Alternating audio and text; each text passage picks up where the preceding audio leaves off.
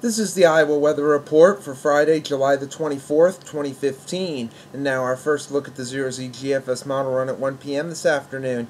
And still see a ridge pretty much centered over the southern plain states, Texas, Oklahoma, into New Mexico. Main storm track across the U.S.-Canadian border and to New England. And with that, you'll see a storm system approaching from the north and northwest. This could give us possibly a morning shower, but better chances for afternoon and especially evening and overnight storms. Highs today will be into the 80s to near 90. It'll be a lot more humid as well, so heat indices will be into the lower and possibly some middle 90s in some areas.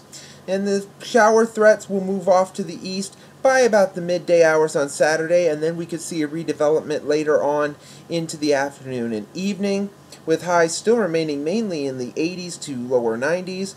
And then the shower and thunderstorm chances seem to continue through the rest of the weekend here on Sunday. Slightly better chance than on Saturday of some showers and storms. And then as we even go into the new work week here on Monday, there is still a slight chance of a shower or storm, maybe about a 20% crack, unlike possibly a 40% chance here back on Sunday. But as Monday, highs still pretty much in the 80s at that point, and Tuesday looks to be the same story with some sunshine intermixed with some chances of showers and storms, mainly overnight, but can't rule it out any other time of the day. Better chances of no precipitation, likely be late morning into mid-afternoon. And then as we move into Wednesday, a frontal system is going to be sweeping in from the north and west. You can see the low pressure center up in Canada. This is going to put an end to this shower and thunderstorm chances with this frontal system passing through. It's also going to bring us some cooler air, as it will here by Thursday. So temperatures back down into possibly the upper 70s to middle 80s, which is about a degree or 2 or 3 below seasonal levels. And it will be a lot drier air as well. It won't be as humid.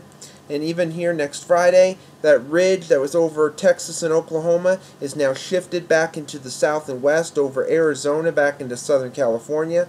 Main storm track is still pretty much across the northern tier of the country, and it looks like another system is going to be approaching by late on Friday, late next Friday, possibly into early next Saturday, and some air mass showers and thunderstorms with the afternoon heating across the southern part of the country.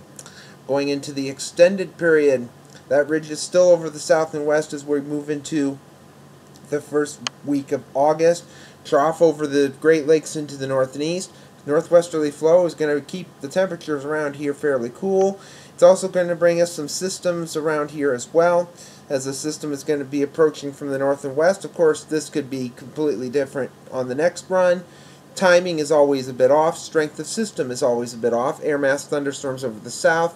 Even at the end of the forecast, that ridge is still over the southwest, pretty much over the Four Corners region, but it's slowly beginning to move back to the east. However, you see a system moving across the western prairie provinces, Alberta into western Saskatchewan and Canada. That could dive another trough in behind this one that's over the Great Lakes into New England, so we could see another reinforcing shot just past this period, but that's still up in the air and it could be totally different. Satellite image from last evening, this is not totally different. We still have some showers and storms from the afternoon heating dying away in the south and east. Storm system off to our west, producing some showers and storms in the northern and central plains, and the monsoonal flow over the southwest. Watch warning map for last evening, a severe thunderstorm watch over the Red River Valley of the North, heat advisories across western Iowa down into Arkansas and in the delta of Mississippi, some red flag warnings in Montana, and quiet elsewhere across the country. But the QBF chart doesn't look very quiet. This is rainfall for the next 5 days through Tuesday evening at 7 o'clock, showing rainfall amounts around here roughly averaging about an inch or so. Heaviest amounts will be across Florida, and we could see even heavier amounts around here as well.